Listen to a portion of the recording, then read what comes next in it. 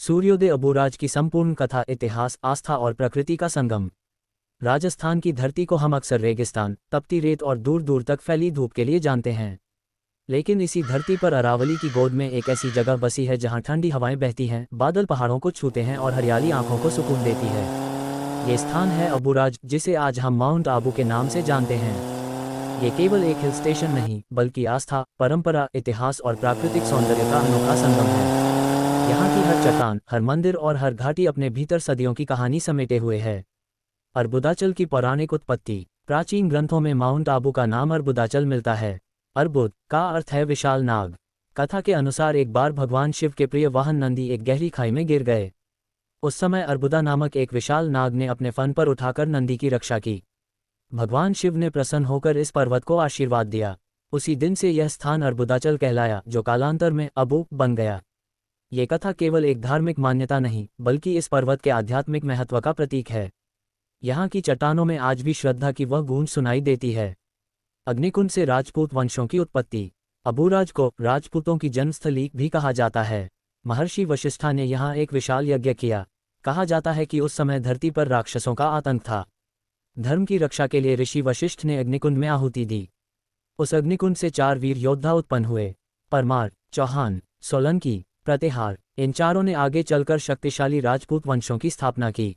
इस कथा ने अबूराज को शौर्य और वीरता की भूमि बना दिया। प्राचीन और मध्यकालीन इतिहास। इतिहास के पन्नों में अबूराज का महत्व लगातार बढ़ता रहा। 10वीं से 13वीं शताब्दी के बीच यहाँ जैन धर्म का विशेष प्रभाव रहा। जैन आचार्यों और व्यापारियों ने यहाँ भव्य मंदिरों का निर्माण कराया। यह क्षेत्र लंबे समय तक मेवाड़ राज्य के अधीन रहा। राजपूत शासकों ने यहाँ की रक्षा और विकास में महत्वपूर्ण भूमिका निभाई। मुगल काल में भी यह क्षेत्र अपेक्षाकृत शांत रहा, क्योंकि इसकी भौगोलिक स्थिति इसे प्राकृतिक सुरक्षा प्रदान करती थी। दिलवाड़ा मंदिरों की अद्भुत कला। अबूराज का नाम आते ही सबसे पहले याद आते हैं वन दिलवाड़ा टेम्पल्स। ये मंदिर 11वीं से 13वीं शताब्दी के बीच बने। सफ़ेद संगमरमर की ऐसी बारीक नक्काशी शायद ही कहीं और देखने को मिले।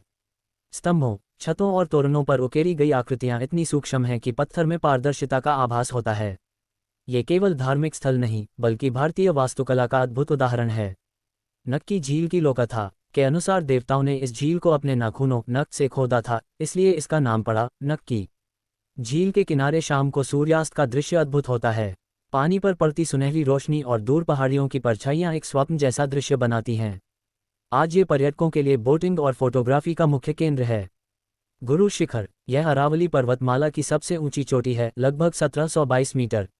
मान्यता है कि यहाँ भगवान दत्तात्रेय ने तपस्या की थी। यहाँ से पूरे क्षेत्र का मनोरम दृश्य दिखाई देता है। मानसून में बादल नीचे और आप ऊपर, यह अनुभव शब्दों में बयां करना कठिन है। ब्रिटिश काल और समर कैपिटल। 19वीं सदी में अंग्रेजों ने अबूराज की ठंडी जलवायु को देखकर इसे राजस्थान की समर कैपिटल घोषित किया। यहाँ अंग्रेज अधिकारियों के बंगले, चर्च और प्रशासनिक भवन बनाए गए। गर्मी के मौसम में अंग्रेज परिवार यहाँ आकर रहते थे। आज भी कुछ औपनिवेशिक शैली की इमारतें उस काल की याद दिलाती हैं। जड़ी बूटी प्रकृति का अनुपम सौंदर्य। राजस्थान की तपती धरती के बीच ये स्थान हरे भरे जंगलों से घिरा है।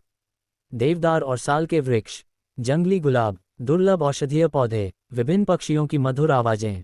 मानसून के समय बादलों का समुद्र ऐसा प्रतीत होता है मानो आकाश धरती को छू रहा हो। स्वर संस्कृति और लोकजीवन। अबूराज राजस्थान और गुजरात की सांस्कृतिक सीमाओं के बीच स्थित है। यहाँ भील जनजाति का प्रभाव देखा जाता है।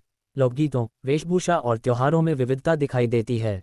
नवरात्रि, दीपावली और जैन पर्व यहाँ विशेष उत्साह से मनाए जाते हैं। सूर्यास्त की लालिमा। सनसेट पॉइंट पर शाम का दृश्य अविस्मरणीय होता है। सूरज धीरे धीरे पहाड़ियों के पीछे छिपता है और आकाश लाल, केसरिया और सुनहरे रंगों से भर जाता है। ये दृश्य मन को शांति और आत्मा को सुकून देता है।